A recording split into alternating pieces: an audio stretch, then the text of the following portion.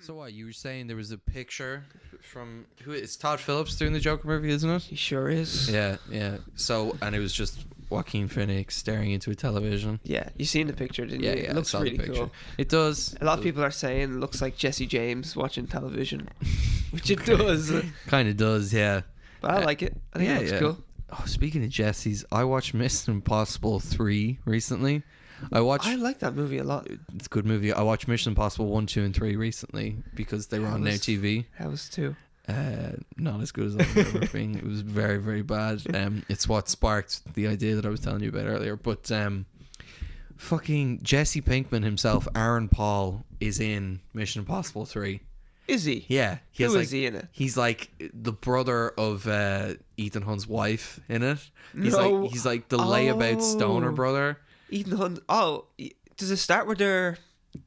Not their wedding, but like it's like he meets. And he had a party. They're at a party. Yeah, it starts. Yeah, with a party. it's their party, isn't it? Yeah, and he's like, I need to go out and get some more beer or whatever. Yeah. Well, Ethan's like, we need more ice, and he goes out. That's but like, it, yes. Aaron Paul comes up and he's like, hey man, I'm really glad you're gonna be my brother. And I was like, who the fuck is that? Aaron Paul? No and it totally way. was. And then he's in a scene later as well. Michelle Monaghan, that's his wife. Michelle Monaghan, yeah. Shout out to that. Who everyone forgets about. Yeah, well, she's been in the last few. 2 in a way. Yeah, she has like one scene in both of them though, pretty much. Yeah, well, she's a bit more in the last one. Yeah. Which is probably my favourite action film of last year. Yeah. I loved that film so much. And it is. When Henry Cavill reloads his arms. I was annoyed there wasn't a sound effect in the movie because you kind of like in the trailer it's like that's what I imagine the sound Henry Cavill's arms make whenever he moves. Yeah. Anyway, should I do an intro? You should do an intro. Hello, ladies and gentlemen, and welcome to the Straight Series Podcast, episode 5. I'm Connor. I'm Ian. And this is our podcast. Hello. As you can see, we've new set dressing. Oh yes. Shout out to Cineworld. Yes. Thank you, Cineworld. We mailed them and just said we had a podcast and we were going to see us and we'd love a poster if they had one. Yes. They gave us 3 posters, yeah. We only had room for 1. Yeah, but our bedrooms. Yes, exactly. And we might do a giveaway. We'll sign it. It'll probably go down in value when we sign it, maybe. Yeah, probably would. I don't know. We haven't figured out what to do with the last 3, really. So I don't think the scissors is really going to make my girlfriend's motorhome. Like, no, yeah. It's a freaky poster. Yeah, probably. It's in not the bedroom, you know. I wouldn't even hang this. No. In my bedroom. Even though I love this poster so much. It's so cool, but it's just terrifying. It'd be too much for me in the middle of the night. Oh my god, it'd be fantastic at the same time. Yeah. By the way, for people who are just listening, we're talking about the Us poster where she's holding the mask of herself over her face, and she's just got that one crying eye. Yeah, it's like intense. It's like it's a homage, if it could be considered that, to the Get Out poster where it's just Daniel Kaluuya crying and that's the whole poster. Yes. He obviously has a thing for making his actors cry and taking pictures of it. And the great scenes. Like, great scenes. They do it well, or he does it well. And we would know because in the first part of this podcast, we were going to give our non-spoiler, concise review of Us. And this is difficult because everything about this is a spoiler. So we have to contain ourselves. And we really wanted to talk about this. Yeah, we did. I felt like I had to talk you off the ledge because originally I said it to you yesterday. We went to see it last night. Yeah. And I just said to Connor, sure, we can't really talk about much of this movie. And you look so disappointed. All I wanted to do was talk about this movie. But that's a testament to how good the movie is. Yes. You just want to talk about it. And hopefully, if we remember, we'll actually talk about this in more detail later on, like in a different podcast. Yeah. I think we should. Probably maybe a month down the line, we might come back and talk about it. At least 2 weeks. Yeah. At least 2 weeks. We'll give it some time. But... yeah, the movie was so good. Fantastic. I loved it. I loved it as well. And I liked it more than Get Out.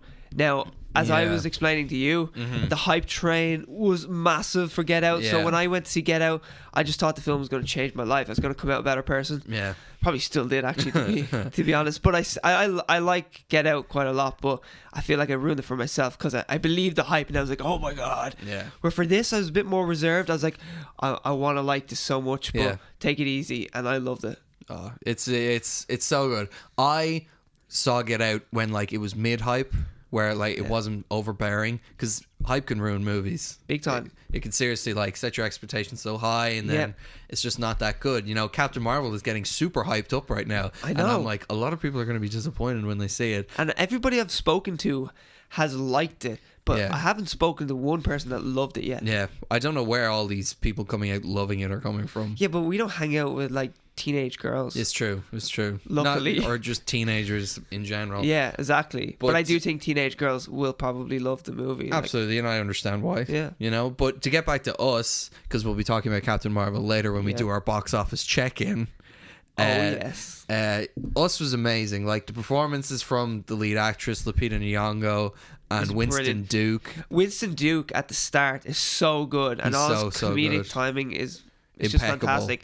And I was loving him, and I was thinking, Jesus, your one's not really shining yet. But oh my God, when the doppelgangers When they arrive, it's so good. this is about as much as I can say about the movie. Well, the main family. Like we know that the basic premise of the movie is a family are accosted by people who look exactly like them, demon doppelgangers. Yeah, in red suits with scissors. But what's interesting, what you don't really think about, they're not happy. They're not happy, and what you don't think about until watching the movie is like all the actors have to play themselves and the doppelgangers, double roles. Yeah, and like the lead actors, like Winston Duke and the kids, I don't know their names, and Lupita Nyong'o, they do such a good job at creating two distinct characters. It's awesome. Like if you put the same character in both in the same clothes, or if you took the same actor that playing the two different people, the doppelganger and the normal character, in the same clothes, you'd know the difference instantly, just by the way they stand, they look, their eyes, their eyes especially, actually. Yeah, the eyes is a big thing, and just they're just the way that their demeanor, they're presented, and it's great costume design. It's great acting, great costume design. It's shot beautifully, as you were saying. Yes, excellent use of music. Oh yeah, throughout the whole movie. Music is creepy as fuck. It's so good. They couldn't pick creepier music. You know, when the title hits, you're like, what is this music? I don't know what. Yeah, and then they reuse the song "I Got Five" on it. Yes. It's like a recurring theme through the movie where they come back to it, and then they have different parts of it playing at certain times. Then they have the whole song playing, but just like no one uses music in the same way Jordan Peele does. Maybe James Gunn in the Guardians movies,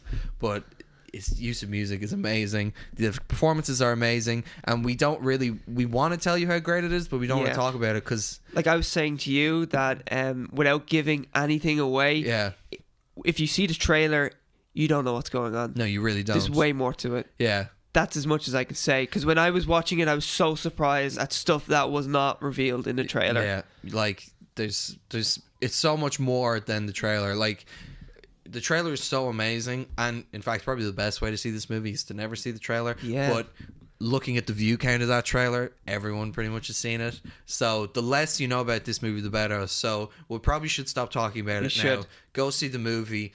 We will come back to this topic in like 3 weeks' time. Yeah. Talk about it again because we love this movie. Yeah. So much. We love it so much. We want you to love it. Yeah, as well. And it's pretty divisive. It had 100% on Rotten Tomatoes, but like now it's down to 94% the last time I checked in. Yeah, but I was going and I was watching reviews and things like that, and there was really like divisive opinions on the whole thing. So I'd love to see what more reactions we get to it. The audience reviews were 77% the last time I checked in, which actually here, let's just have a look. Yeah, let's check again. Our audience that we saw with, by the way, a very jumpy audience. We seen it with pussies. I'm gonna say there was 3 lads there that were definitely in their late teens to early 20s that were jumping out of their socks when a bird would just fly across the room or across the screen. My God. Yeah, they were. Get your shit together. Yeah, they deserved a good smack upside the head. Is what they needed.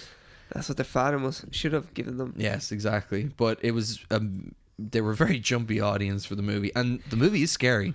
Yeah, but not in a jumpy way. It's creepy. There was 1 or 2 screams from women where it was like, what? Yeah. I heard a woman as well. Can you remember the scene? It's just a very intense scene, and she was just going fuck. Did you hear that? Yeah, I remember that. What is going on? Fuck, It was like some little Asian girl or something like that. Because I heard she was talking to her husband, and then or boyfriend or whoever. There was one at one stage, and she was cuddling up next to her boyfriend. She was like, no. I could hear her saying it. It was like she was being forced to live the movie as opposed to watch it. Yeah. There was no disconnect there. But it was crazy. Yeah. So we're looking at the audience score here. It's 68% still. But like you were saying yesterday, you don't trust the audience score anymore. Not anymore after the Captain Marvel controversy. Yeah, because obviously there was the whole thing where people were review bombing it. They wouldn't see it, but they would just leave negative reviews on it. And supposedly it's happened on a few different films. And also there's films that are making profiles and giving themselves better reviews. Gotti was supposed to have done that. The Movie Pass crew. Oh, I love it. Yeah. They were like making up profiles. Can you imagine you worked for Movie Pass? I think that was the name of the company. Yeah. And you work for this company and they're like, right, we made a movie. It's not going to make money. We need you to create. Like your job today is you need to create. You need find to something positive in hire Gotti. Another 10 people. Yeah. You got to sit in a room and make like 1,000 profiles and like the movie. Find something positive in the movie Gotti. And also, do you think like they had to write believable reviews? So it's like give it 3 stars, 3.5 stars out of 5. No one's being paid enough to write a believable positive review about Gotti the film. Hey, show me the money and I'll figure it out. Oh, okay. I'll figure it out. I know a guy. Oh, okay. We can find some. The guy's me. I'll do it. Yeah. But we loved Us. Everyone really should go loved see it. And the poster is balling. Yes. Thank you again to Cineworld for giving us this poster. I'm going to send them a picture. I didn't think we were going to get the poster. Yeah. Because I went up to the desk and it was just some woman, and I think she was messing with me. We figured it out afterwards. Yeah, we figured out she might have been. Because I went up and I said, so I wrote to Cineworld and they said they'd give me a poster. Yeah. And she just looked at me and was like, okay? Yeah. And I said like, oh, well, I was talking to a manager and they said they would keep a poster for me in the back. I run a podcast, and she's like, podcast? Okay? And then eventually she went to the back and then came out so smiley because my name, which I had to write down for her, was on the tube, and she was like, I got it. Yeah. And then later on she took her tickets and she was like, hey, yeah, you're upstairs. Yeah. She had perfect Screen English 9, later. folks. Yeah. See you later. Yeah, so that's Screen 9 upstairs. You know, you go up 2 flights, you take a right. You know, so that's she was playing me. Yeah, playing me for a fool. She obviously just didn't want to deal with you. Yeah, she didn't. Can I have my posters now, please? Yeah, but I went up really happy, like, I'm getting a free poster. Yeah. Like, fuck off. Yeah, obviously. But I'm on to you. But that was the only downside of the whole thing, pretty much. Yeah, that wasn't even a downside. It wasn't even. When she came out, the dip in the excitement when I thought I wasn't going to get it, it was better because it was a rush of adrenaline when she came out with my poster. Yeah, she was giving you the horror movie treatment. We like free shit. We do. We like free shit. Yeah. Well, doesn't everyone? Yeah. I don't think it's universally. It's just us. I think it's a universal thing. Well, some free shit you don't like. It's true. Yeah, you can take back your STD. Literal free shit. Yeah. But we should move on to something that we didn't realize we were going to start is our box office check-in of Captain Marvel. Oh yeah, and we're going to do this for any movie that we're interested in. Yeah. And let's do our update. Yeah, let's do our update. So let's actually get it up on the screen so we can see. And we both made estimates. Yeah, I'm fucked. And I'm winning. Yeah, So yours was 810. Oh fuck. Yeah. So it's already past it. Worldwide, Captain Marvel right now is on 834 million. Fuck. And that is without the full weekend count. Yeah. So surely worldwide it's going to be close to 900 million. You said 890, didn't you? I said 890. I think I'll be wrong too. I think it's going to go past by. it. Yeah, I was thinking it might die down over the next while. And that actually reminds us that we should talk about how Us is going to obliterate it though this weekend and knock it out in first place. Definitely. Us opened 29 million on Friday on its opening day. It cost 20 million to make. Yeah. And it's made back its production budget. It's made back its production budget in one day. In one territory, America. In America. That's just North America. Crazy. And it'll probably make back its marketing budget. It's probably already made back its marketing budget. Well, at it's least. expected to make over 65 million in America alone this weekend. Mm-hmm. So it'll probably be the top film in cinemas for the next 2 weeks. I'd say so, depending on what's coming out. Because Shazam is coming out soon. Yeah. It has at least a week free of Shazam. Yeah. So, but Shazam's quite light. I feel like the audience might not cross over too much. No, definitely not. You know, us, the horror. And it has like rewatchability, like the last Jordan Peele, Yeah. Jordan Peele movie. You know, isn't it highbrow horror? Would you call it highbrow horror? Yeah, it kind of is, isn't it? Yeah. Highbrow horror. They coined the phrase. Yeah, what you get it like Get Out, you get more watching it the second time and the third time. Or us driving home and just talking about it. Yeah. And we're actually coming up, we're revealing to ourselves, going, "Oh shit, that's what that meant." Yeah. This is that, and Yeah. that's why probably that choice was made, Yeah, or yeah. why this scene made sense. There was like one scene that we kind of just laughed at each other, going, "No, that wouldn't happen," and then actually by the end of the movie, we're like, "Oh, makes sense." Yeah. We'll never doubt you again, Jordan. Yeah, never again. We need to stop talking about it because we're just going to end up giving stuff away. I want to give stuff away. I know. So much. But anyway, I admit defeat in the Captain Marvel box office. I thought it'd do worse, and clearly women have shown it. Once again, a man has been beaten by a woman, thankfully. Once again, Disney has the patriarchy. Yeah, it's Disney, man. It's the power of Disney. She shattered the glass ceiling like my glass jaw. Yes? Sure. That can be the headline. Your glass jaw. Glass jaw. Yeah. No, but in fairness, like I shouldn't have underestimated Captain Marvel. It's a big deal, I guess. Yeah, it is a big deal. Yeah, I was wrong. Oh, actually, one thing that's interesting is it's going to be Wonder Woman. Oh, yeah. When's Wonder Woman 2 out? That is out next summer. Yeah. It got pushed back a full year. That's crazy that it was pushed back so far. I know. Are you excited for Wonder Woman 2? Yes. I like, what's it called? 1984, is that it? Yeah. Wonder Woman 1984. Yeah. I thought it should have just been called 84. Yeah. Wonder Woman 84. Yeah. I thought that's what it initially was called. But It should be. But like the original Tim Burton Batman is called Batman 89 now.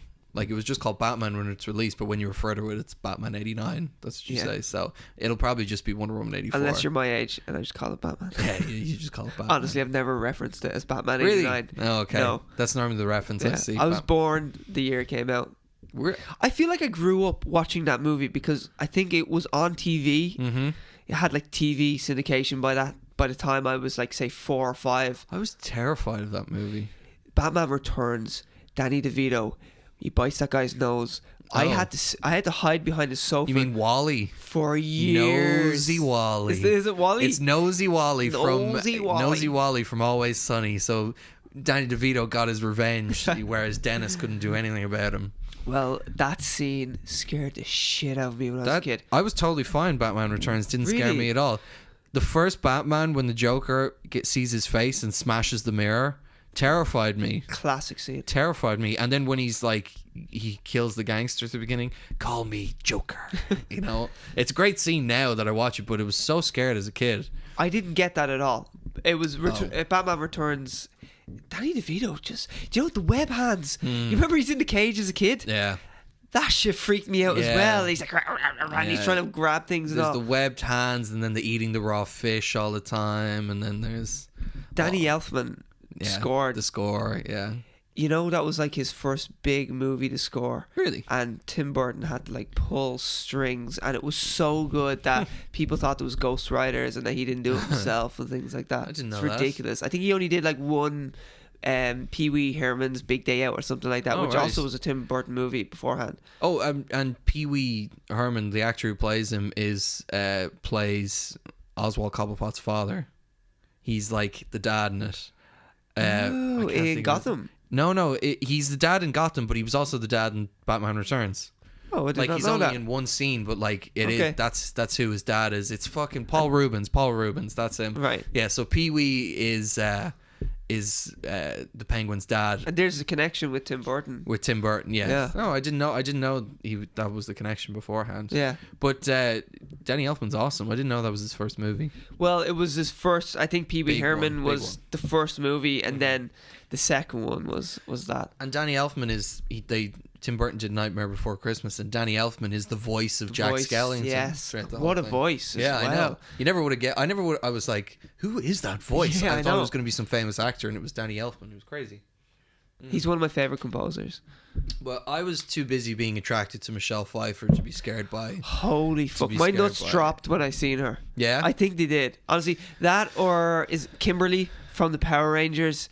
You know, when I was a kid, I was confused when I was watching that because I was just like, why do I feel strange in my pants? Yeah, Kimberly. You know, so there's some interesting stuff about the Power Rangers that I could tell you.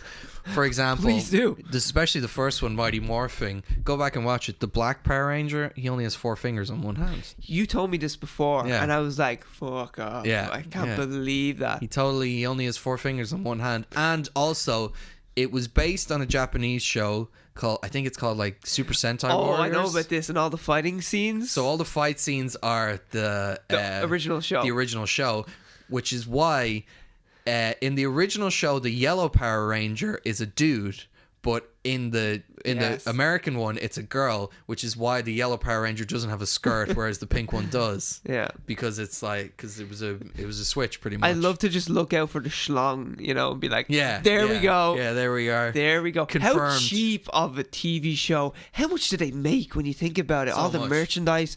I had like the little Morphin and all like that. Yeah, you had to buy separate Megazord stuff. I have a mate that just loves to always go, you know, Billy from that. He's gay. Yeah. You know, he's like, he's gay. He's still like... There was a real problem on set as well. He was bullied for it. Yeah. No way. Yeah, seriously. Oh my God. And he's the guy who stuck around for the longest. Oh, no. Really? Tommy is still a part of it. The guy who plays Tommy. Yeah, but did he not return? Like Tommy, but he took a long time off. I thought Billy like stuck around. Like that Billy Cranston, that character was in it for a good few iterations. He was, but so was Tommy. Tommy was in it like... He was in... like so many series after that, right? And then he came back as well. Yeah, they did a big amalgamation. Yeah, amalgamation of them all the Red Rangers and stuff. Yeah, and I remember back. all that I stuff. loved Tommy so much. When he was the so White Ranger, cool. Yeah, and he had the sword that could talk. This wisecracking sword. I was like, oh my God. But when he was the Green Ranger, he had the flute thing, and he would call in. He would call in the dinosaur, wasn't it? I think so. Do you know? I love that it's the flute, and as a kid, you're like, "Oh my God, I need to learn the flute, Mom! Yeah. I need to learn the flute. I need to call in the Dragon Zord. It was a dragon. That was it. It was the Dragon Zord. But I actually, because I was doing research for a segment that we might be doing in the future, there was recently released a sequel, and it has the original female Power Rangers, but it's the Sentai Warriors. So like Power Rangers is still going on in Japan, but like the version that was copied by the American ones. So they have the original female actresses, and the whole premise of the movie is like it's these first 3, but now they're moms.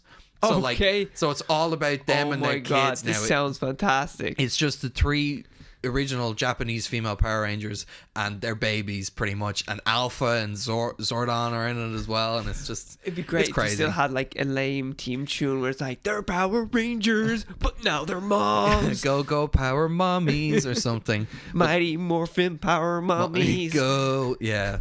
But okay, this is a terrible joke, but I'm going to make it anyway. In the American version, it would be Billy and the 2 female Power Rangers. Oh my God. I know, yeah. No, yeah. Yeah, Billy and his husband. That would totally fly, actually. Yeah. You would think about it, you know? And it would be a nice way to show that they liked me. God, we should write this again. What movie did we write in the last one? Oh, the Belko Experiment. The Belko You're welcome, James Gunn. Yeah, you're welcome, James Gunn. So now we're going to write the mommy daddy special for Power Rangers. Let's call him a mom as well, because I think he'll get offended. Oh, he's the mom in the relationship. Mr. Mom. He can be Mr. Mom. I can breastfeed too. Jesus Christ. All right. We should move on because that baby's fucking hungry, man. You can't breastfeed. Give it a bottle, for fuck's sake. Alpha would probably be able to breastfeed. Oh my God. The nipples on the poor guy. Oh man, he's trying so hard. Pepperoni slices, like he tried so hard, but the baby wouldn't feed. Something came out. You're bleeding. You're fucking bleeding. Dude, stop. All right, that's moving right along. Yeah. Okay. What's next? None of that was on our we write down what we're going to talk about. Power Rangers was nowhere on there today. Yeah. Or offending gay people, that wasn't on here. But it was just you're welcome, world. It's presumed that we would. But what else do we have to talk about? We just move on to movie news and trailers and stuff. Sure, I think Yeah. Okay. We pretty much eased into it. Yeah, there was a very natural transition. We'll offend other minorities as well. Exactly, it's the usual, you know. But we will check in every week on the Us box office. So it's sitting now. on the Friday estimates, it's 29 million. 29 million. We'll check in probably next week, see how well it's doing. Hopefully a few of you will have seen it by then and we can, talk about it. But anyway, to move on to movie news and trailers, we got the Once Upon a Time in Hollywood trailer this week. The new Quentin Tarantino movie. It looks so good. So good. So good. Margot Robbie looks beautiful. She does. Absolute angel. So does Leonardo DiCaprio and Brad Pitt. And the smuggest dance I've ever seen in my life. That dance scene. Oh, I love it. Fantastic. I love it. I have the IMDb up for it, actually. We can go through all the different people in this movie. Yeah, the cast is ridiculous. It's insane. So the two main stars, it seems, are Brad Pitt and Leonardo DiCaprio. And it's set in like the golden age of Hollywood. So like in the 1960s. And I think it's about the Charlie Manson murders. It is, yeah. Okay. It is. But I don't know enough about it. Like Sharon Tate, like Margot Robbie is Sharon Tate in it, and she was obviously a big part of it. Yeah, but what's crazy is we watched a few trailers before this. Yes. And in the trailers we watched, we were kind of like, I know exactly what's going to happen in this movie. We were just like, huh. Yeah. Okay. Yeah. And we might talk about them in a bit, but watching this trailer, I've no idea what's going to happen in it, and it just looks so good. We need to go see that together and get the movie poster. Yeah. That would be fantastic. Oh man, or just like a still of him doing the dance. Yes, that would be brilliant. That would be amazing. Oh my god, that should be the poster. But yeah, the cast, check it out. Crazy. Damian Lewis is playing Steve McQueen. That's crazy. Yeah, you don't even see him in the thing. Kurt Russell's in it. I didn't even know that.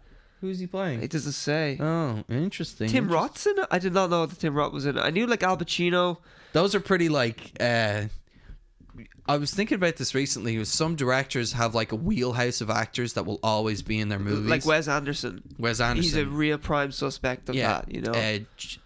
J.J. Abrams does it as well. He does, yeah. He throws people in, and even for small roles, like Wes Anderson. Yes, small roles especially. Wes Anderson, he will give he goes to the same people, but for leading roles. Whereas J.J. Abrams, he'll have a new cast, but he has a group of people who will go to do like maybe some voice lines or whatever, you know. Yeah. And slightly off topic, but have you ever heard of the Kelvin story? No. What's Kelvin? His grandfather was named Kelvin. Okay. Maybe Kelvin Abrams or whatever. Yeah.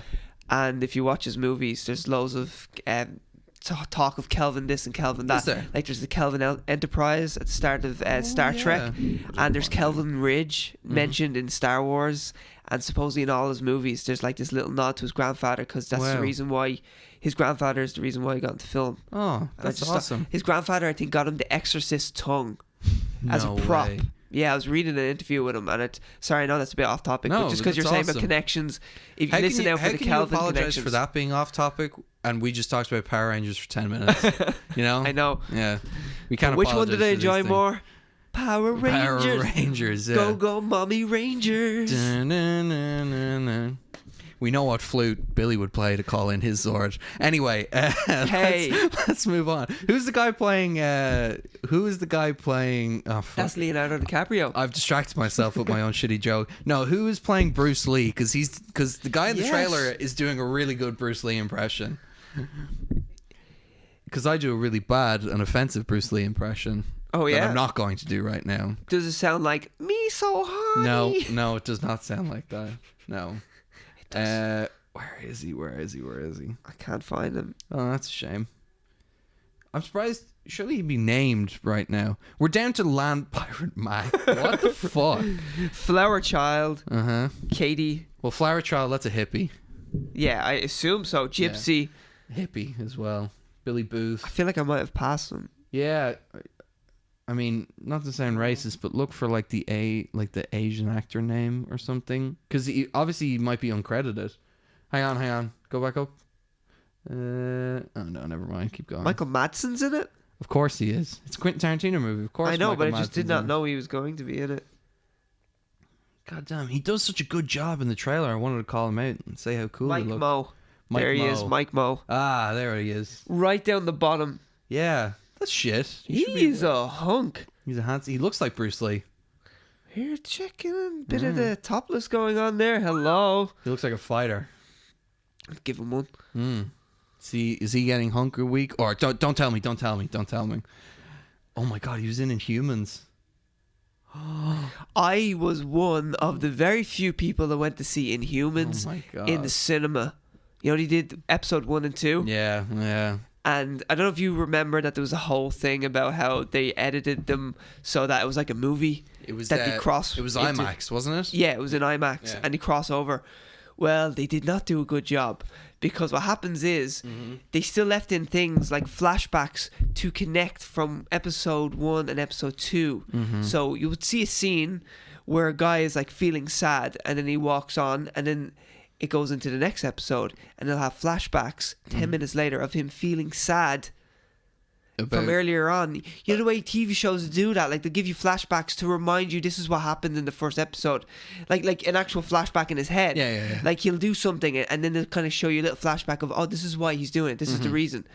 Surely you edit that out if you're watching it as one long film, because 10 minutes later they're showing you parts from what was obviously the first episode. Do you get me? Am I explaining that well? Yeah, I know what you mean. It's hard to explain. No, I know. In the double barrel episode, in episode 2, they were flashing back to the first episode. Yes. But if you're watching it as one continuous thing, there's no need for that. Plus, it's only like 10 minutes. Like, it would be something that's close to the end of the first episode, close to the start of the second episode. That's stupid. That was the last straw for me. I was watching it and I was like, this is terrible. And then when he did that, I was like, no one even fucking tried. Like, surely, if I was in the editing room, I'd go, oh, wait, let's just cut that bit out. Like, because it doesn't make sense. They obviously needed fill time.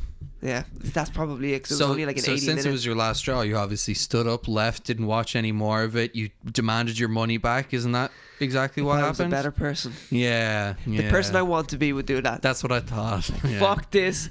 I have other things to do. Yeah. But in reality, I gotta go check the stock market. Yeah, I gotta go see how well Us is doing in the box office. Exactly. Yeah, but man, to go from Inhumans to a Quentin Tarantino movie playing Bruce Lee, that's pretty good for him. Yeah, and he's in the trailer, so I assume he has some sort of prominent role. I don't know, he's pretty far down on the cast list, so but it's not just IMDb and their maybe backwards ways. I was reading this whole thing about Lena Dunham. It's the gypsy. Oh my god. Oh, Bruce Dern's in it as well. Yeah, I was reading it was to do with when the Avengers poster came out that Harley Quinn Smith is in it as well. That's Kevin Smith's daughter. Yeah. Oh shit. I literally noticed that and I was like, I'm not going to interrupt him, and then you interrupted yourself. No, I interrupted myself because I was like, oh shit, Kevin Smith's daughter. We need to get that off because there's too many interesting people. I know. Yeah. Be gone with you. Yeah, but. What was I going to say? Oh yeah, I was reading up on the order that names appear, and there's some legal thing to do with it, and I was reading up on it because in the Endgame poster, Denai Guerrero was left off. Yes. Yeah, so... That made me so angry. I was like, where's her name? Where's her name? Yeah, everyone's favourite character, Okoye. Yeah. But, I mean, it looks bad. It does look bad. It does look bad, I guarantee that. So, I can see why she was on the poster as well. Which is another bad. And there was a lot of people that weren't on the poster. Yeah, that were named. Yeah. So I saw the controversy, but I was looking at, and most of the time it's a legal thing in terms of what name appears. Like there's something in the contract about where your name is meant to appear and all this stuff. Yeah, I don't know. What? Don't mess with this. Yeah, the last episode you can hear it. Oh, can I? Oh, sorry. I need to just if you scratch. Something. Just if you scratch, okay. It's bad. Okay. Just give them some mic tips. I'm just so used to making that motion. I don't know what to do with my hands. No, just don't scratch it. Okay. Where do my feet go? God, this is going to sound weird for people that are just like listening to it in their ears. We're talking about sex. Nothing weird. Yeah, I was messing with my mic. And Ian has reprimanded me for it and warned me not to do it again. Yeah, I was like, I'll show you how to mess with your mic. Wow, you sound like Billy over here. Yeah, we're going to talk about leaving Neverland later. Yes, sorry. Well, it'd be legal for you to mess with my mic, unlike what Michael Jackson did to those kids. But let's save that for later. What else do we have to talk about? There's some new Netflix news. Oh, fuck. Yeah. Sorry, we skipped right to trailers. That was my bad. We didn't talk about the Disney Fox merger. Yeah, those are... We centered this whole thing, whole podcast around us and the Disney and Fox merger. I don't know why I skipped right over that. I don't know why I didn't notice. Yeah, I was just Power Rangers, man. Yeah. Blame it on Power Rangers. Fucking hell. Go Power Mommies. Do Disney or Fox own Power Rangers? I didn't see it on the list. No, they're owned by Hasbro. Hasbro owned them. That was it. Right. Or is it Sabian? No, it's Hasbro. It's not Sabian? Hasbro bought them after the movie. Oh, okay. I'm 90% sure. Okay. 90% sure. But yeah, Disney and Fox finally have become one. Yeah, Disney just consumed it. Yeah, it really did. Yeah. The mouse ate the fox. Pretty much. It did, yes. As it eats everything. As it eats everything. That gets in its way. Including George Lucas. Yeah, well, let's not talk about He's Star Wars again. He's still working on eating that neck. Yeah. So, the neck is eating him.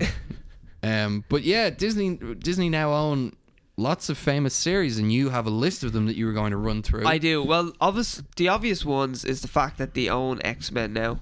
And Fantastic Four. And X-Men includes Deadpool, which seems to be the only person they're really probably going to take and not reboot. Yeah, so this was another thing we were talking about in the car last night. We were like, how could they bring the X-Men and stuff over? Yeah. And I mean, I've made it pretty clear in the past, I do not care for the X-Men movies at this point. As I was saying to you, the only thing that I miss is Michael Fassbender and James McAvoy. Yeah, especially Fassbender. Fassbender as Magneto is fantastic. He is. Casting. It's so good. And the fact that he can speak English and German, just it's awesome. Authenticates it that little bit more. Yeah, so...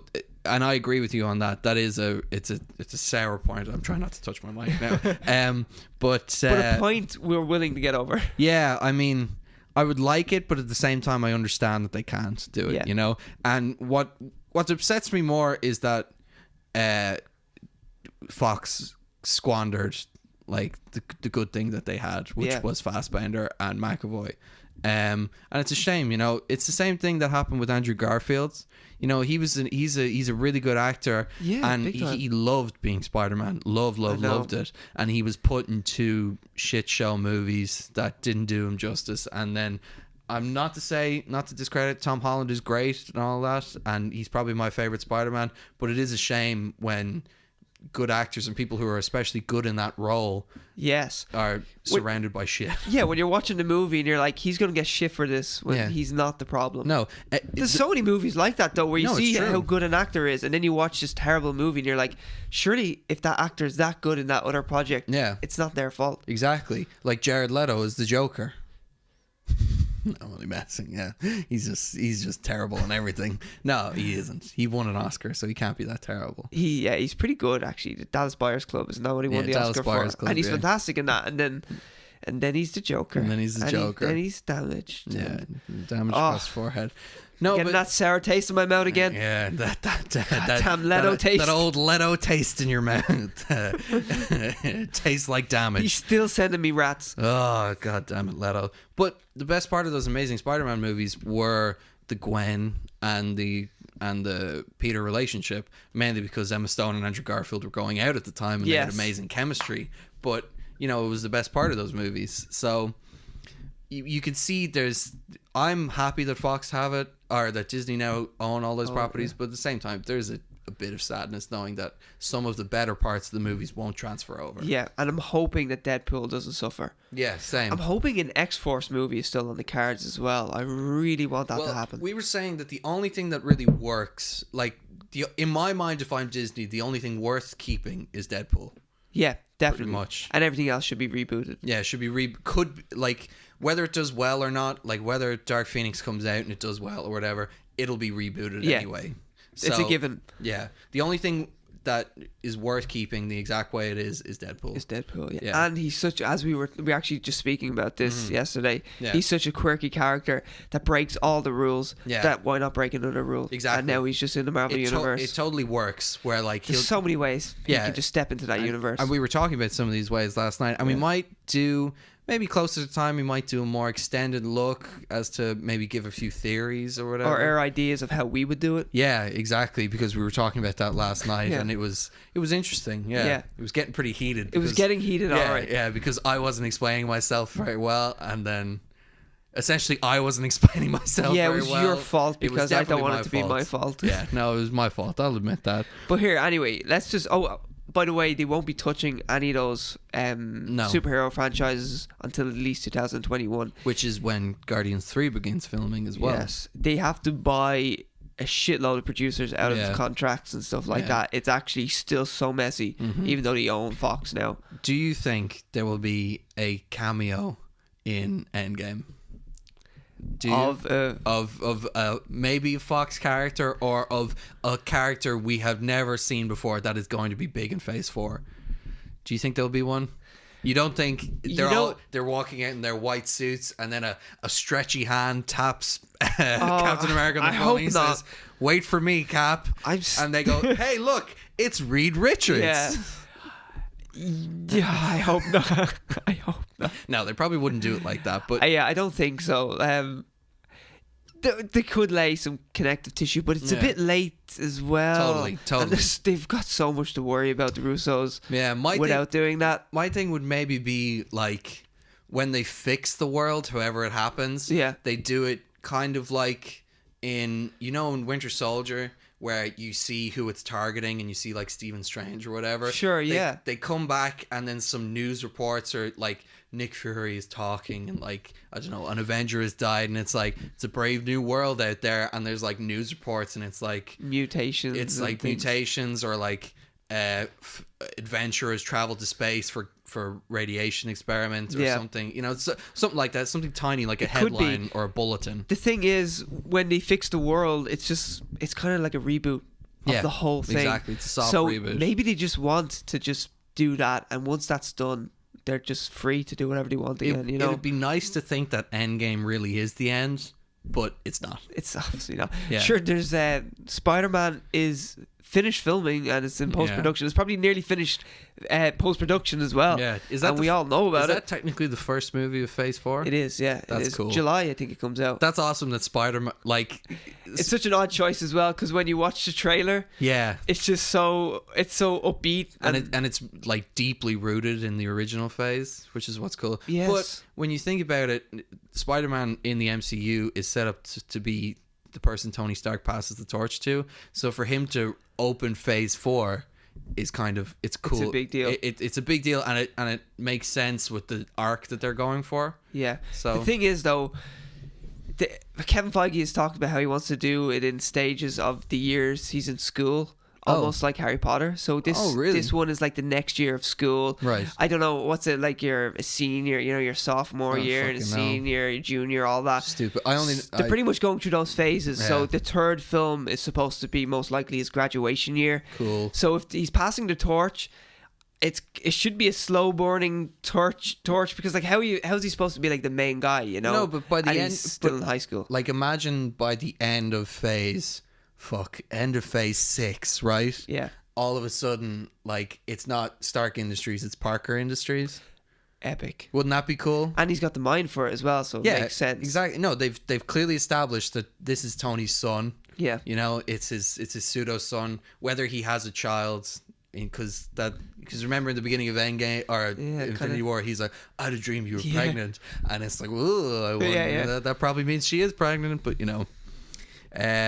But we could talk about this all day, really. What are the other franchises that they get? So I have a few franchises, and then it's just a few films that you could see them rebooting maybe 5 years down the line. Yep. So Avatar, that little movie. And what's crazy is Avatar 2 and 3 has finished motion capture and is currently filming the live action scene. So we are definitely getting a 2 and 3 no matter what. I think we already mentioned this, that Sam Worthington is getting work again.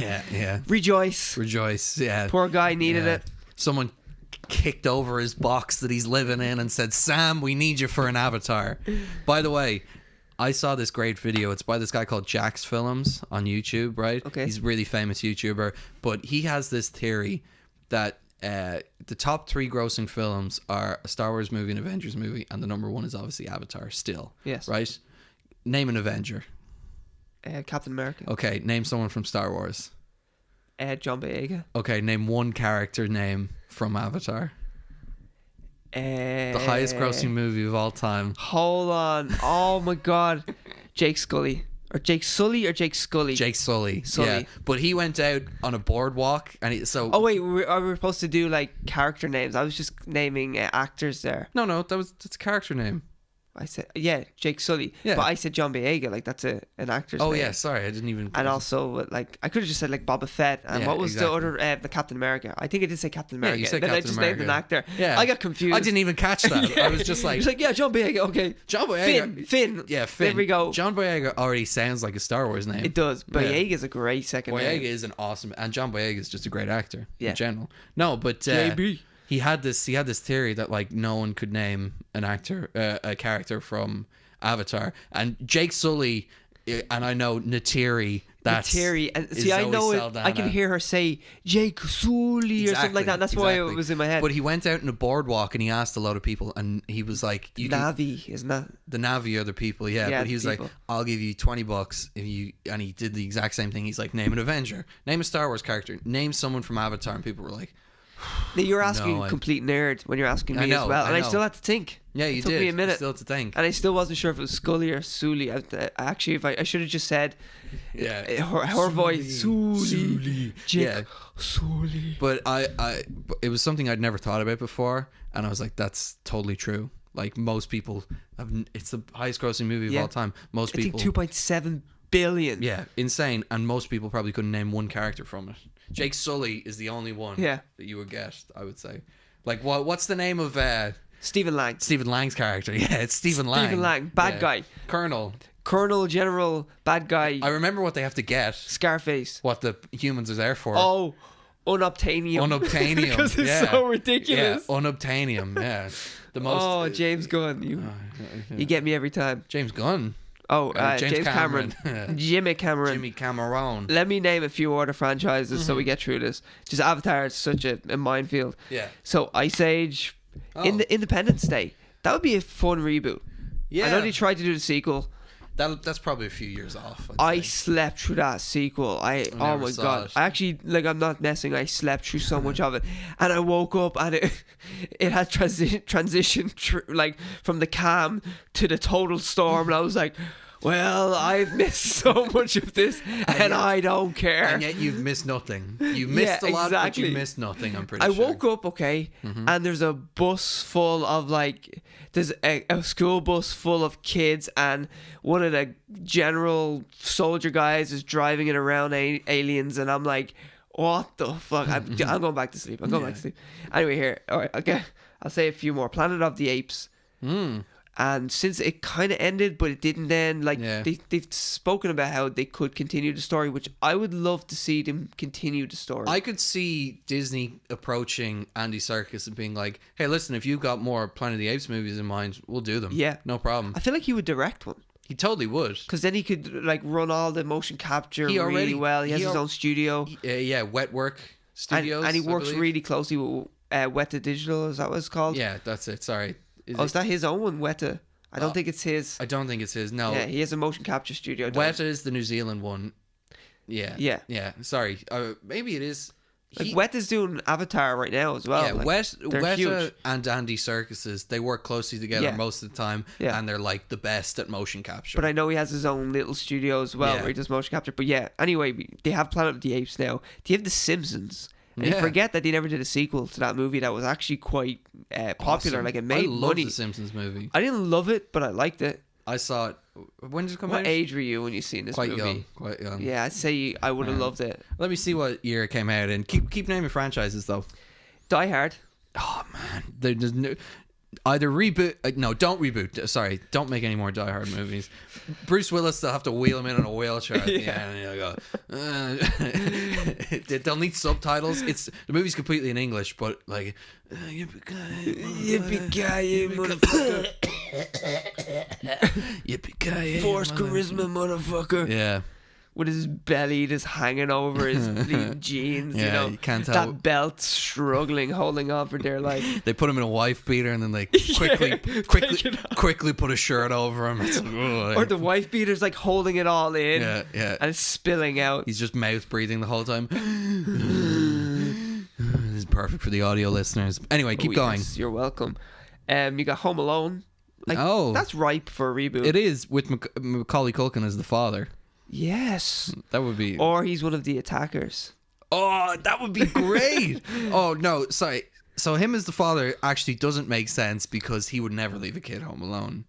after what happened to him. Yes. You could never believe that he would leave a kid home alone. But him as an attacker, now that is interesting. And now he knows all the tricks. Yeah. Ooh. Yeah. So he's a really good, fucking weird attacker. It'd be like Alien versus Predator, pretty much. Oh my God, yes. Two giants of like... Except maybe good. You start like Finn Wolfhard. He's the kid from Stranger Things, and he's the one defending his home. But Macaulay Culkin is trying to break in. That's a cool movie. I had a colleague come up to me. Me and Connor worked together, and he started asking me questions about Alien versus Predator, and I was like, I don't know. Ask Connor. and then I seen him go over, and Connor actually gave him the time. I knew every answer. I knew exactly what he wanted to know. I was just like, I don't know. I don't want to talk about that movie. Yeah, I really don't want to talk about that movie. And sadly, I remember too much of that movie. Right, well, let's get back to this. The Simpsons movie came out in 2007, by the way. 2007, yes. So what were you, like 2? 10. 10, yeah. I might as well be 2 to 10. Yeah, might as well. Got that mute. But it was perfect time. I love that movie, and I still do. Yeah. Go back and watch it all the time. No, not really. I watched it recently. It was quite good. Best joke in it, I think, is when the two cops get it on. I love that joke. Yeah. And it was still a bit racy for The Simpsons. It was, yeah. You know? Well, here they own the X-Files now. Mm-hmm. X-Files is cool. Kingsman. Oh, I love Kingsman. Yeah, so the whole franchise they own, and obviously that it's just currently filming. There's the third one on the way. What's it called? Kingsman. It was in our first Resolution. episode, wasn't it? I don't know what it's called. It's not Resolution. Whatever, who cares? But something about the Crown? Is it something Crown? Something Crown King? Resolution. Yeah, whatever. Keep going. I don't know. Kingsman. Yeah. The Fly. The Fly, yeah. Yeah. Fly. Dr. Doolittle. Awesome. Like that's made. I think there is a Dr. Doolittle coming out actually with Robert Downey Jr. No way. Yes. Really? And Tom Holland is voicing one of the characters. That's awesome. I'm nearly sure like Bennett. Robert Downey Jr. would make a good Dr. Doolittle. Well, he's playing it. Yeah. I'm nearly sure it's filmed actually. We need to look into this. We're going to do an expose in it next episode. Yeah. There's too much to get I'm nearly sure now. it's happening though. Okay, cool. 28 Days Later. Yeah. Awesome. That'd be a fun reboot. That would be. Or a sequel. Or a sequel. Get Cillian Murphy back. Oh, please. That would be. We go. That's that guy needs more work. What? Yes. Yeah, Peaky Blinders is all he does, and like the smallest independent movie that two people go to see in Ireland. Yeah, and all the people are circle jerking him as to whether he's getting James Bond or not. Yeah, he's too small for James Bond. I'm just gonna say, I think he's too small. I think he's like an inch or two taller than me, and I'm too small for James Bond. Like, and I'm not like 2 inches off being James Bond either, you know. Yeah. Well, and he's got such a slight frame. He has Bond villain though. Actually, they have a guy that's even got a more slighter frame. Rami Malek is supposedly going to be the villain. Yeah, but like Cillian Murphy has the charm. He has the look. Definitely. Yes. He's a great actor. He's really good. I would prefer him to Rami Malek as a villain, or just as an actor. To be honest. Yeah. Well, as an actor too. If Cillian Murphy could get like an Oscar movie again, that'd be nice. Has he won an Oscar? He didn't win for When the Shakes Up Early. So. Did he get a nomination? I don't remember. There's a new Christopher Nolan movie heating up, and I bet he'll be in that because he's in most of them. That's another director we were saying who has a cast of people that he just hires for everything. Yes. Cillian Murphy was in every Dark Knight, one of the Dark Knight films. Inception as well. He was in Inception. He's in fucking Dunkirk. Yes, he's in Dunkirk as well. Yeah. So he's in 5 movies done by the movies. Yeah. And Christopher Nolan only has like something like 8 movies or something like that. So he's in the majority of his movies. It must be nice to be in like a director's wheelhouse. Of that caliber. Yeah. Like Christopher Nolan. Yeah. Even like it's been announced now that he's doing his next movie. He started casting it. The guy with the whitest name ever out of BlacKkKlansman. Oh. The lead guy. Adam Driver. No, the main black guy. But he has like he's got such a white name. He's Denzel Washington's son. Is that who you're talking about? Is it the main guy? Oh yeah, Denzel Washington's son. Yeah. Did you not know that? Way. It's something Washington. Yeah, I assume that now. Yeah, no. Well, he's the lead in the next Christopher Nolan movie. He's a great actor. He is brilliant. Hi, what's his... Ron Stallworth. Ron Stallworth. Are you sure? Are you sure? That's John David Washington. That is John David Washington. Yeah. That's it. Are you sure? Are you sure? So he's going to be... Well, I just hate black people. Yeah. That's a great movie. And then people need to see it. And since John David Washington is in it, obviously Christopher Nolan is going to reach out to Topher Grace as well and be like, would you like to be in my movie? Just grow a mustache and you're in. I'd be a racist. We need you to play this character, David Duke, in my movie. He's like, oh, not again. In case everyone doesn't know what we're talking about, we always joke about how Topher Grace is so good in that movie. So good. And he's never really been so good.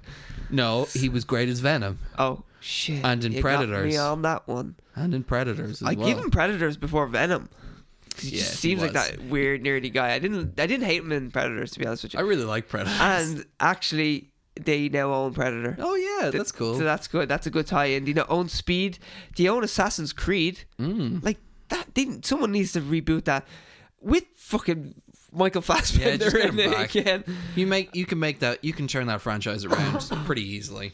And now they own Alien as well. That's my list done. Yeah. It took around 30 minutes to get through it. I apologize. The end of the podcast. Yeah. That was meant to be. It's a good list though of fucking franchises they now own. Now we had loads of other stuff that we were going to talk about, like Bill and Ted 3 is happening. Bill and Ted 3 is happening, and you're telling me I should watch the movies. I've never seen them. You should watch those movies. And I'm the 90s kid here, really. Yeah, I know, and I've seen the movies. So yeah. You should get. And I just wrote, one of these things did not age like the other. So when you see Keanu Reeves and whoever the fuck played that guy, Bill, who the fuck is that guy? As Conor McGregor would say. The same. But anyway, no, they did not.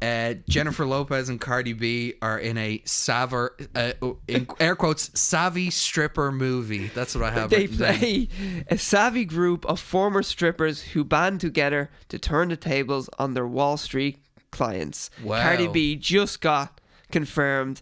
Wow. And when Jennifer Lopez got cast, I thought, well, that's the booty quota sorted. And now Cardi B waddles in there. So get your widescreens ready, folks. This is going to be a romper. It is. And that sparked a conversation.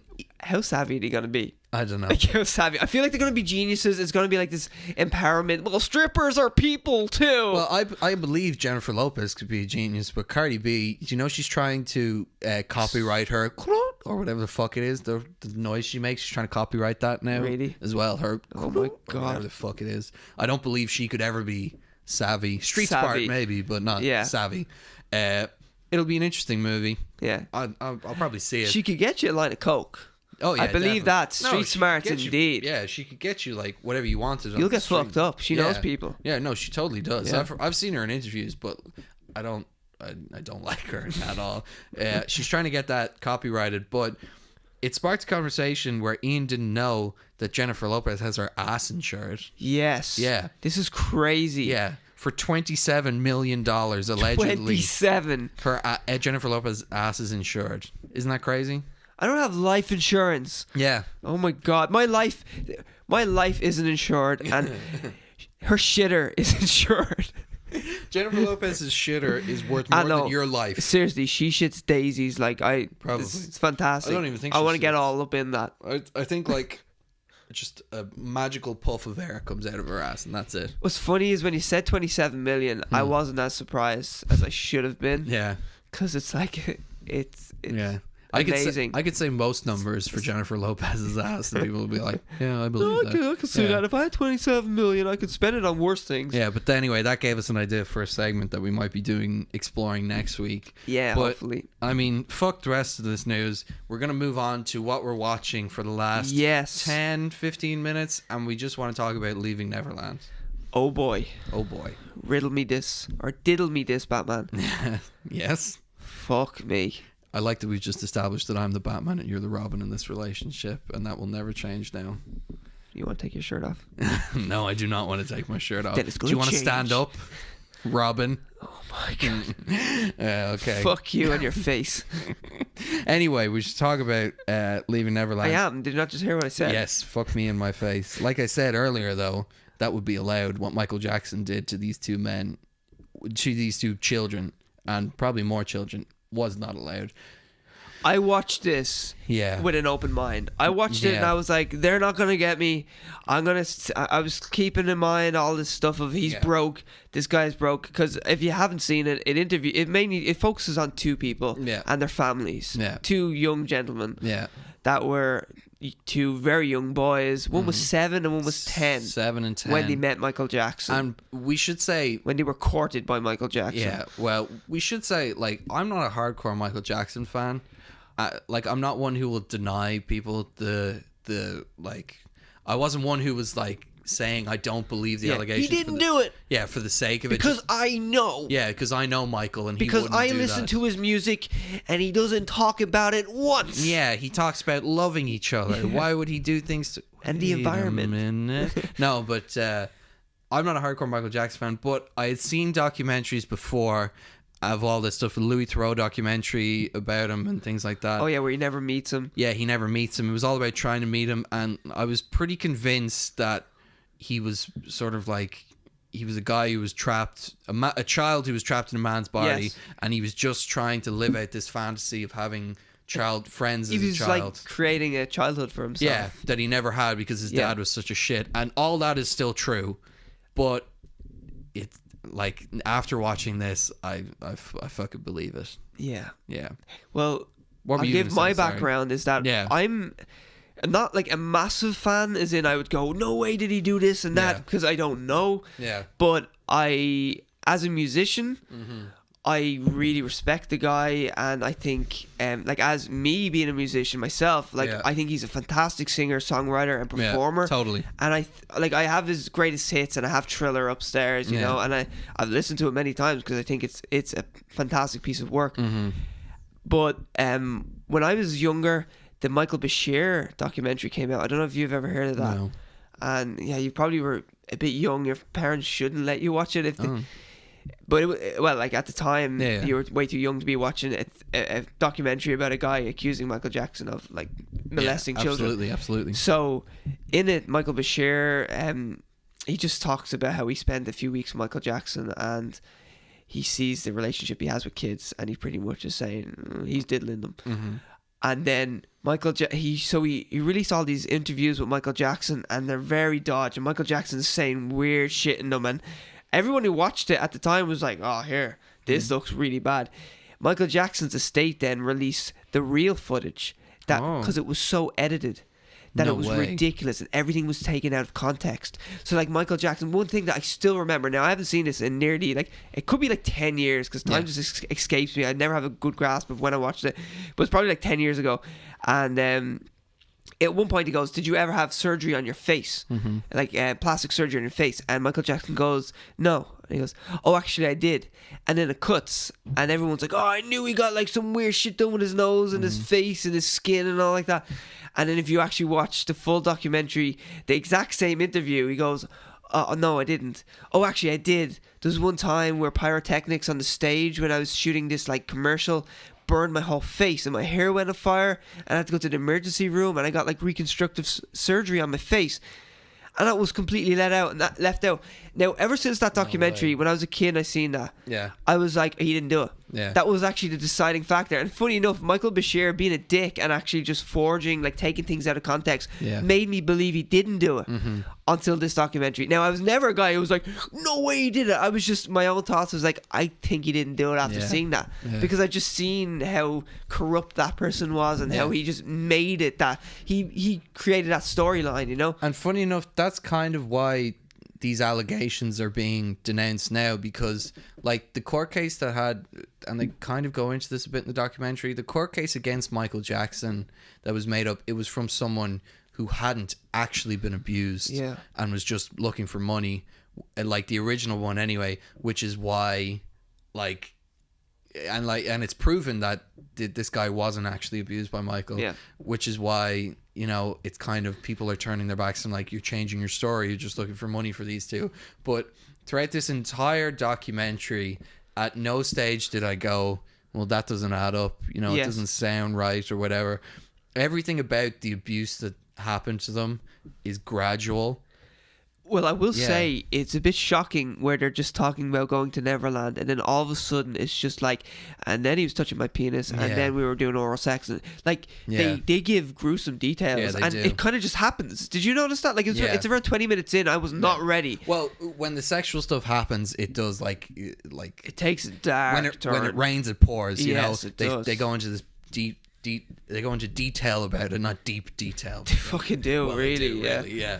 But no, but like the build up to it, like this guy, you can see it gets across really well the infatuation these people had with Michael Jackson. Yeah, exactly. Like in the early parts of the documentary, you're kind of like, man, you could totally see why these kids loved Michael Jackson. He got to visit the set of Indiana Jones. Yeah, I know. And he got the whip. Didn't he get the whip? First he got a tutorial from Harrison Ford himself about how to use a whip. Yeah. And then didn't he say he handed him one of the whip at the end? Yeah. And he also didn't Michael Jackson, when they were in his house, he said like, pick any jacket. He got and the Thriller kid jacket. picked the Thriller jacket. Crazy.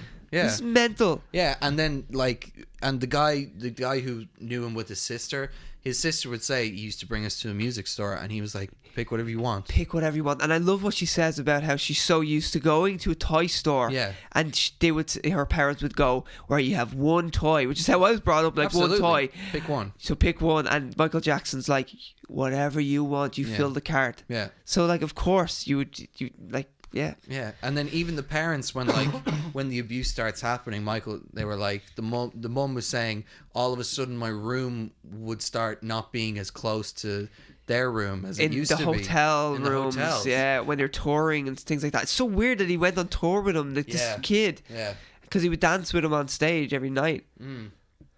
It's by the end of it, I had no doubt in my mind. Like, I'll put it this way: at the end of it, I could not doubt those two guys. No, like if they're performing, give those guys an Oscar. Yeah. And even by the end of it, I don't see how they're like, the explanation for everything makes so much sense. It's just Stockholm syndrome. Like the whole thing is like they loved him. Yeah. So like they don't want to betray him. And honestly, like watching it, I don't see what these two guys get out of saying this stuff. Yeah. Because when they talk about it, like, it's not, there's no hatred. It's heartbreak. Yes. They're heartbroken. Did you notice that when they were given details of the sexual acts, they weren't teary-eyed? No. And that wasn't what was breaking them. It was more them coming out and telling their story that broke them. Towards the end, you really see where it gets emotional. It's the reveal to their parents. To the family. That. That's what broke them. And it's still breaking them. Yeah. Where the sexual acts, they can kind of just... They're almost... It seems surreal. Yeah. When the guy's talking about some of the actions and he's like... Even when I picture it now, that I'm like a little kid and I'm fondling him and stuff like that. Well, that was what one of the guys said, and I was like, it's a really emotional moment where he's like, I started having these dreams, where he had a son himself. Yes. And he's like, I started having these dreams, and I have this son. Everyone should watch this documentary. We shouldn't spoil the whole thing, but just to talk about it a bit more. He talks about this moment where he's like, I have a son, and I started having these dreams where the stuff that me and Michael did together, he was doing with my son, and all of a sudden I was angry, and I was like, I was saying I would never let that happen to my son. And he was breaking on camera saying this as well. This was one of the first times where he's truly breaking, because he's quite composed. Both of the guys are very composed. They're super composed. Clearly they've been through a lot of therapy and been able to talk about it. But he was just saying, I would never let that happen to my son. But when I think about my experiences, like doing that with Michael myself, I have no emotional reaction to it whatsoever. Yeah. It's crazy, like the brainwashing that went on with these two guys. And the jealousy.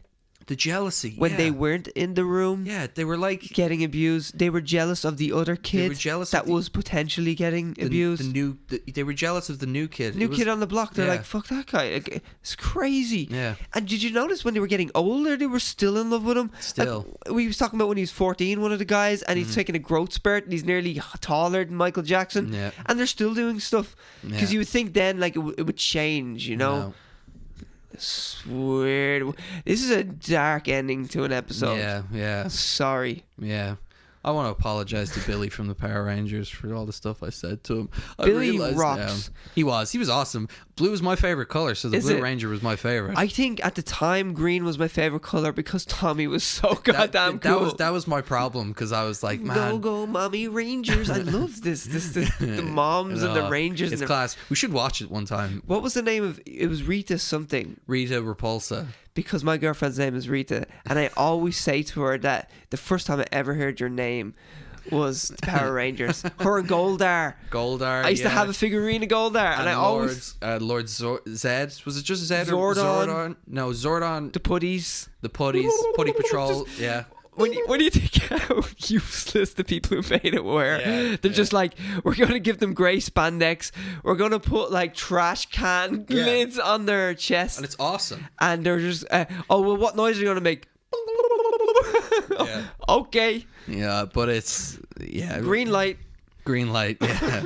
And us as kids were just like, more please. More. Yeah, but the blue was always my favorite color, so I was always annoyed when like other Rangers, because the Red Ranger got all the cool stuff in the later ones. And Jason was the Red Ranger. Yeah, he was the Zach. Tyrannosaurus. Tyrannosaurus. And then, but the Green Ranger. But I have to admit, like even as a kid, I was like, damn, they are so much cooler than the Blue Ranger. Yeah. Sadly, but blue was my favorite color, so I did like Billy a lot.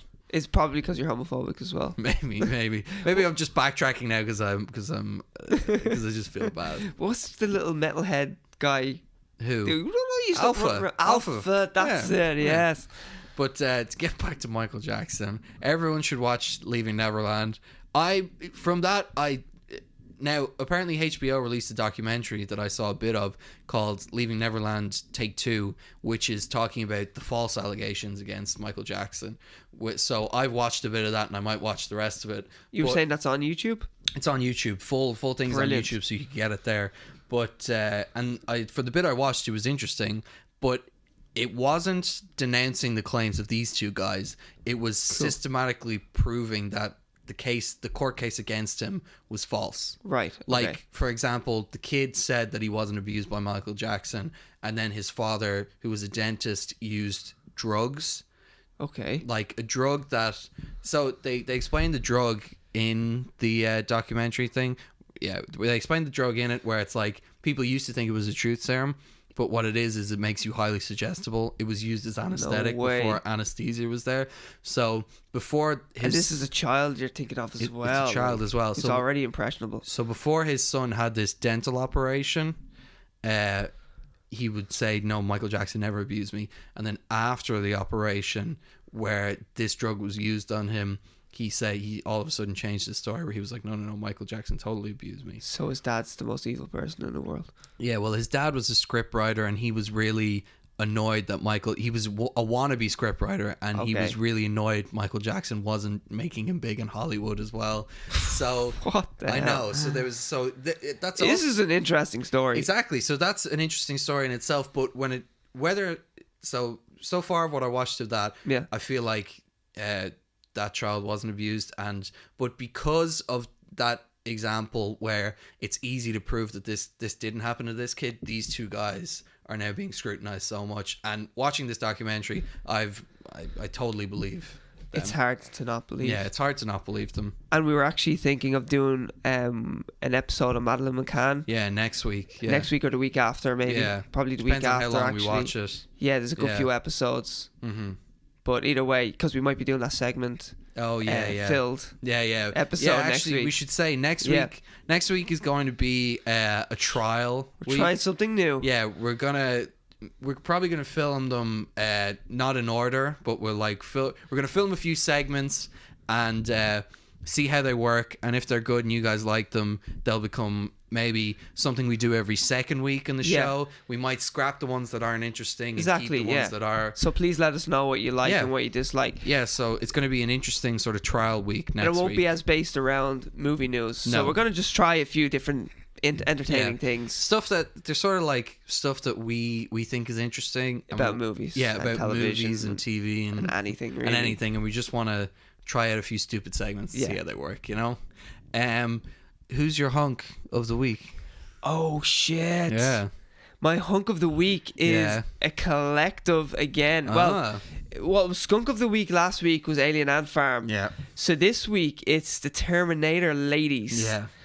There's the new Terminator, which is called Terminator Dark Fate. Which Junkie XL is now scoring, by the way. There's a little bit of news that came out. Did you say that already? No, we didn't. We didn't address that. Brilliant. Junkie XL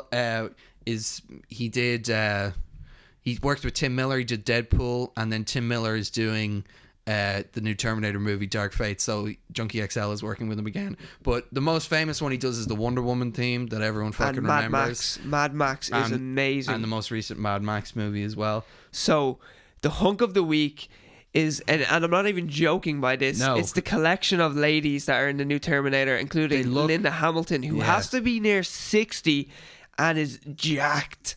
They look fucking awesome. I wonder if she's taking some shit. Yeah. Honestly. Save that for the for spoilers for next week's segment, but that may come up. She is jacked. So these are the hunks of the week. They look awesome. Hey, the vein popping there. No, those aren't the veins. Those are scars. Oh, excuse me. Yeah, I realized now when I zoomed in. Do you think those are? She's like part Terminator. Do you think those? Like something was implanted? Either that, or she was. Or maybe she's got like a robot exoskeleton or something. Or maybe she was tortured. But I do feel like you're right there. Yeah. And she's super tall. I don't even know who that is. Is that Mackenzie Dern? No, she is. I know who she is. I don't know if her name is this, but she's the girl from Black Mirror, where it's the lesbians and they're going back in time. Is that not Mackenzie Dern? Possibly, I don't know her name. Right. That's what I know her from, because I looked up that actress after that episode because I was like, she's so good in that episode. Yeah. Oh, Mackenzie Davis. It's the same person. The Martian she's in. Yes. The new Blade Runner as well. She's in the new Blade Runner. That's who I was thinking. So I was trying to figure out. Oh, Gabriel Luna, fucking Ghost Rider himself, is a Terminator. He is a Terminator. Oh, yes. That's cool. Oh, you didn't know about that? No, I didn't. I should have actually mentioned it to you. Oh, and that brings us to Skunk of the Week, which is Arnold Schwarzenegger. Yeah. With his beach bod that's gone to shit. Oh, man. He does not look good anymore. No. Poor Arnold. But screw it. Yeah, so they're a collective hunks of the week. So there's a nice little switcheroo. Ladies and gentlemen. Yeah, the ladies are the hunks. Yes. And Arnold Schwarzenegger, one of historically the greatest hunks of all time, is this week's skunk. Because Father Time gets us all. I'm sorry, Arnie. Yeah. You can't out-pump time. You can't out-steroid time as well. His heart is like, no more, please. Exactly. But his heart's like, no more, please. He's like just filling himself full of grill of blood. Yeah. Super sauce. But yeah, so those are the hunks and skunks of the week. And then our final segment, everyone's favourite segment. Back from popular demand. And this week we promised to say the name for you audio listeners. Yeah, we didn't realise. Whoops. Yeah, we were trying to make a joke, and then I didn't realise that the audio thing, and it was just... I didn't realise either. Yeah, we were very tired editing last week. Ian was very tired editing last week. But we worked hard on this week. We went through so many people. We did, and it's the Straight to Series worst tattoo ever. And it goes to Ben Affleck. Ben Affleck, there you go. Yeah, he has this terrible phoenix tattoo on his back. Tapman forever. Picture for the first time. Thank you. Yeah, we'll slip it up there. So you see the picture, yeah. Get a load of that. We just want to make people... Work of art. Yeah, we just want to make people aware of this terrible tattoo. And he's so lucky to have a massive back to showcase it. He is. He's very lucky. He's got such a big When back. I look at that too, I think, boy, oh boy, what a lucky guy. I know. I'm like, holy shit, I want to get in bed with that guy. Yes, definitely. And ask him questions. Yeah, why the fuck? If only it had that effect on Jennifer Garner and he wouldn't have that tattoo. And on that low blow, yes, I think we should finish up. Yes. Thank you very much for listening to episode 5. We hope you enjoy our clip show kind of episode next week. Yes. We're looking forward to doing it. Yeah, I think it's going to be fun. Yeah. I think it's going to be real fun. There's some segments that we're really proud of. Yeah. And then some segments that we're not sure about, but we think will be fun. Yeah. It could be great. It could be bad. Yeah. So thank you for listening to this episode. We hope you enjoyed it. And we hope you enjoy next week's episode as well. Yeah. So we've been Straight to Series. Yeah. Have a good life.